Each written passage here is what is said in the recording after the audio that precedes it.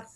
Yes. Excellent. Okay, well, before we get started, I just wanted to ask Ms. Ventura, are you willing and are you okay with proceeding via this Zoom meeting as opposed to doing this in person?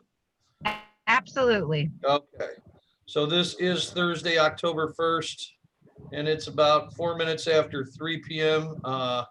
And this is the City of Elyria Board of Zoning Appeals. And prior to getting started, I want Ms. Tomsky to call the order. Joel Fritz, Present. Timothy Golden, Present. Harold Minnick, He's excused. Karen Mobert, Present. Julianne Sadowski. Present.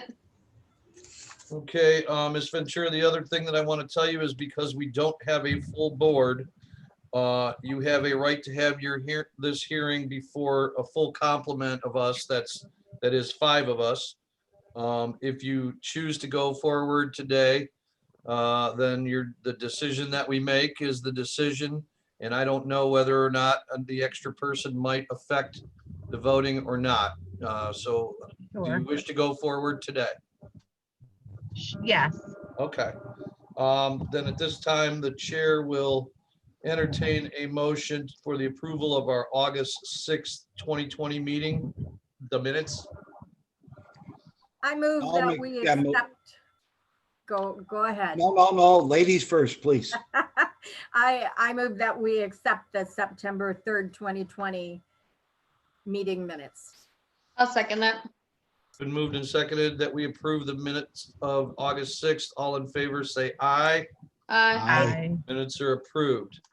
Okay, this, Can I just ask a quick question real quick?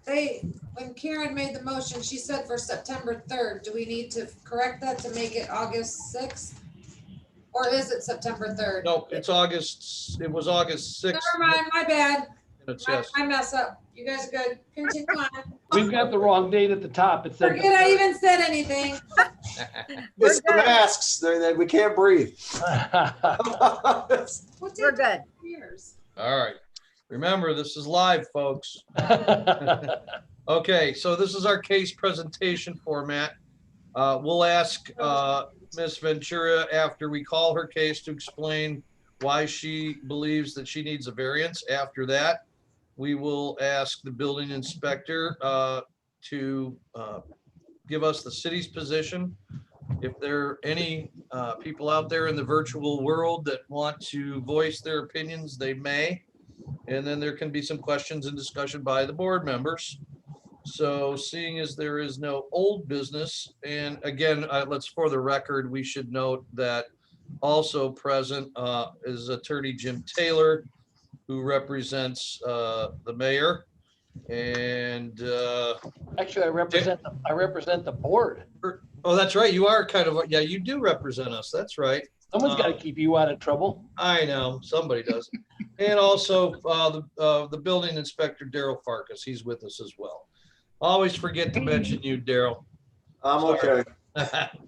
So seeing that there is no old business, we're gonna call case number 2020-9. That is Michelle Ventura, 937 Bennett Drive, Elyria, Ohio, 44035.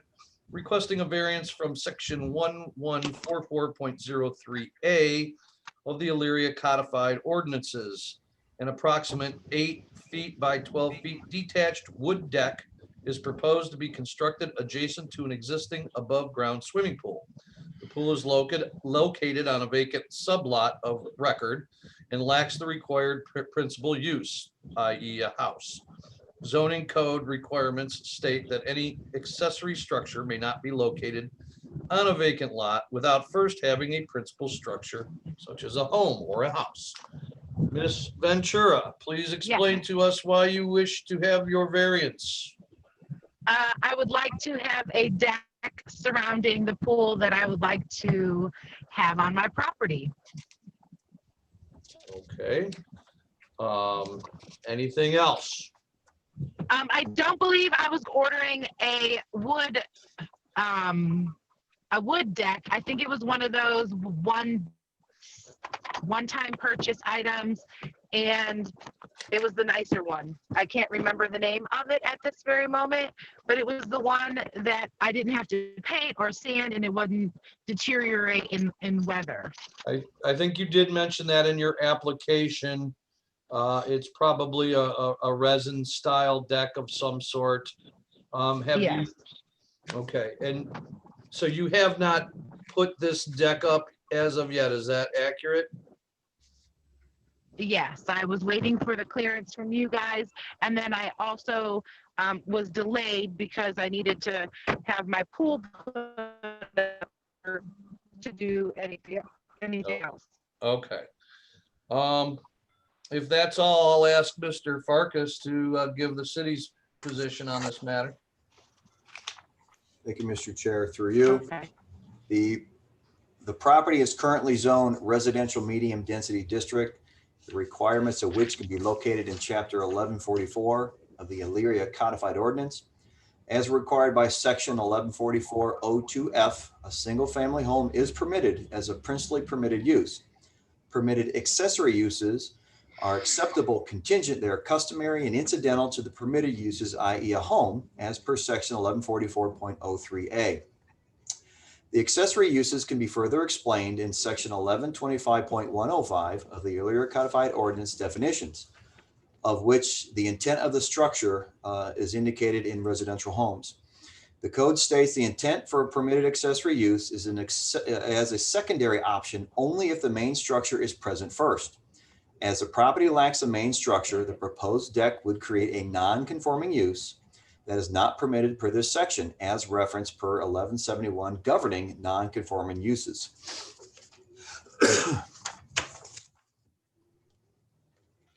Would you like to add anything further, Mr. Farkas? No, sir. Does the city have any position one way or the other on this? I will give my pat answer as we try to forego these, but in the past we have approved these. I understand. Any questions from board members? I do have a question. Go ahead, Timothy. Thank you.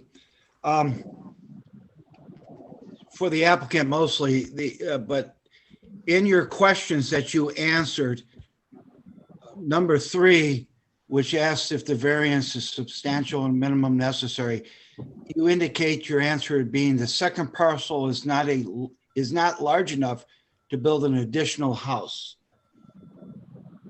Is that correct? That you cannot put sell that lot and put another house on it? I'm looking at it now. I mean, I guess you could put one of those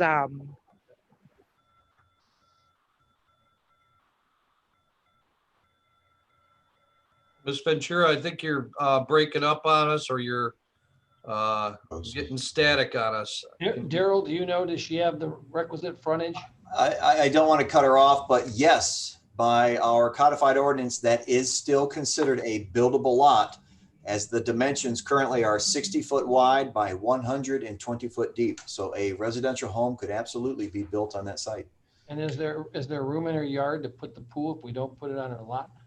That I'm not sure of, whatever home No they way. decide to build, but it looks like from the site plan provided that, let me see here if the board can see this. Yeah. We all have a copy of it too. Yeah, it looks like if they were to place a home, it may be possible, but I can't tell unless I have further drawings.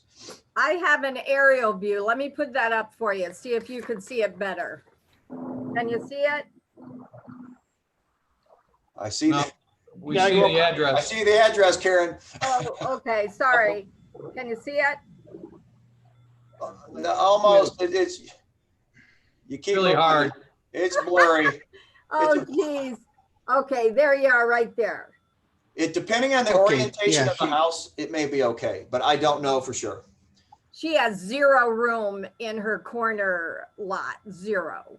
On her The existing house property, takes up yes. the catty corner the entire lot. So if I could follow up on my question, since it was a 2-part question, Ms. Ventura, have you ever thought about just combining the 2 lots into 1 lot? That's what she should do. no, I just purchased this home 4 months ago. I just figured I would purchase a pool for my family, but I wanted to follow the ordinances as far as having like a gate around the pool, because it is a open lot and for the safety of the community of the children. So I haven't even got that far in making a decision or even thought that that was an option. My only comment, and I apologize, and I'm trying to make Michelle upset with me, but I have to agree with Tim. Otherwise, why even have the ordinance? Everybody just builds their pool on their separate lot and doesn't follow the rules. But if she combines them, then there's no issue. I have a question. And maybe I'm jumping ahead. I think, Karen, did you have a question first? I'll let you go ahead. Yeah, I do. Ms. Ventura, you purchased this property with both parcels included for your purchase price, correct? Yes. Okay, so if we looked back at the history of this property, I can almost guarantee the initial construction included both lots, as did any past sales. It always included the two parcels. So, I mean, for what it's worth, it strikes me that that was never an issue for any previous buyer either. I'm kind of playing devil's advocate here, I guess. Well, if you read the variance statute and look at the case law, I mean, there's nothing unique to this property to allow it. Again, there's a simple solution, just a combination. Right. And later on, Michelle, if down the road you want to sell the lot, you just take your pool down and you can sell the lot and have another house next to you. You probably don't want that, but there's no the hardship is easily resolved without a variance. That's my other question is the pool already on the lot? Is it already erected? No, so I was in the process of getting the pool. Okay. And then when they said something about going and meeting with you, then I said, okay, well, why don't we just wait for the whole meeting and then I'll move forward. I was under the assumption it was already up, and I was going to ask, how did you get a permit? As were we. We were assuming it was existing. Yeah. News as well. It was like, how'd you get a permit? So do I get do I need a permit to get the pool there? Absolutely, but you probably, I would agree with Mr. Taylor's assessment. The legal assessment is probably what you ought to do is combine the lots, so it make it one lot. Although in looking at this, would that be considered a front yard because it's on a corner? The location of where these are now would be classified the rear yard and would be zoning compliant. Okay. So that's good. So then, so what do I do moving forward? How do I do that? I've never done this before. So you talk to an attorney, probably can't be any of us. And basically all they do is what they call a lot combination. So they bring a surveyor comes in, and he probably doesn't even need maybe a survey, since these are city lots. He might be able just to plot it. And then you just combine them, and then you don't even need to come before this board. You just have to ask for your pool app. When you want to build your pool, you go to Mr. Farkas's department, and as long as the pool is normal, they're going to approve your pool. Otherwise, you're asking to do something that if we do it for you, then anybody who has an empty lot, they can just put a pool up, and we set a terrible precedent that why couldn't Michelle do it and nobody else can? The code was written so that there has to be, you want a pool where there's a house. And to correct Mr. Farkas, although we have granted a couple of these in the past, my recollection is the one fella had removed an old house and was actually going to build another one in the future, if I recall. That is correct. So there were some unique circumstances to those. It was Chestnut Ridge, if I recall, down by the Mazuk Estates. And he had two lots of records where they demolished the existing homes, leaving the detached structures. And by doing so, it created a non-conforming use, and he had to get a variance. And again, he did state, I think within a year, if I'm not mistaken. I think we made it a part of the order. The contingent. Yeah. You do that. So okay. The clock is ticking. That's a good reminder. So Michelle, the good news is you can build your pool. You just have to do a very simple other route by combining the lots, and then you don't have a variance or anything. You just have a building permit once you combine the lots. And it probably appears that you're not going to swim this year anyway. So you're probably looking at doing this for next year. Okay. the combination, getting your lots combined should not take very long at all. Jim, what do you think? If you don't need a survey, you get it done probably in a week. If you have to have a surveyor, it might take you 2 or 3 weeks, but where's the property? I apologize. I don't have my thing right in front of me. It's a Bennett Drive. Yeah, so those aren't full-blown legals, aren't those just sublots, Daryl? Yeah, existing lots of records with independent parcels. Yeah, They were created for actual homes, but this one someone must have purchased to have a larger backyard. Is that over on the north side? Yeah. Bennett Drive, yeah. I think it's off of Abbey, if I'm not mistaken. Yeah, I think so. Okay. Michelle, just check with the Lorain County map room, and they can Okay. tell you exactly what you have to do before you spend any money. Okay, so Lorain County map room, I'm writing this down. It's part of the auditor's office, and they'll tell you, I'm sure they're gonna say you have to combine them, but whether you need a surveyor, if they can just put them together as 2 sublots under one legal, that may That's solve the problem.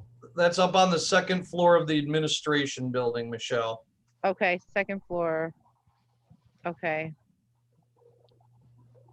So I don't suppose we should take a vote on this if we've already done it. Or should we take a vote? I think she either has to withdraw it or you have to vote it. Yeah. So Michelle, it's either you withdraw or we vote and deny your variance. okay, well, we'll draw and then we'll just go and I'll just take care of my business elsewhere. That's probably a better move because if for some reason you have to come back, that's a good idea. Okay, well, I appreciate all of you and you guys are very funny and I hope you have a good day. Well, thank you, Michelle. I'm sorry that it didn't work out this time, but I think you've got the right direction now. Okay, I appreciate all of you. Take care. Very good. Stay safe. Yes, you Yep. too. Bye-bye. Well, that was interesting, folks. Seeing as that we have no other How do I get miscellaneous business, and it is about 19 minutes after 3, the chair will consider a motion for adjournment till our next ensuing meeting. Killian. Sure. I motion to adjourn. I'll second that. Moved and second that we adjourn. All in favor, say aye. Aye. The ayes have it. Thank you, everyone. Thank Have a you. Wonderful day.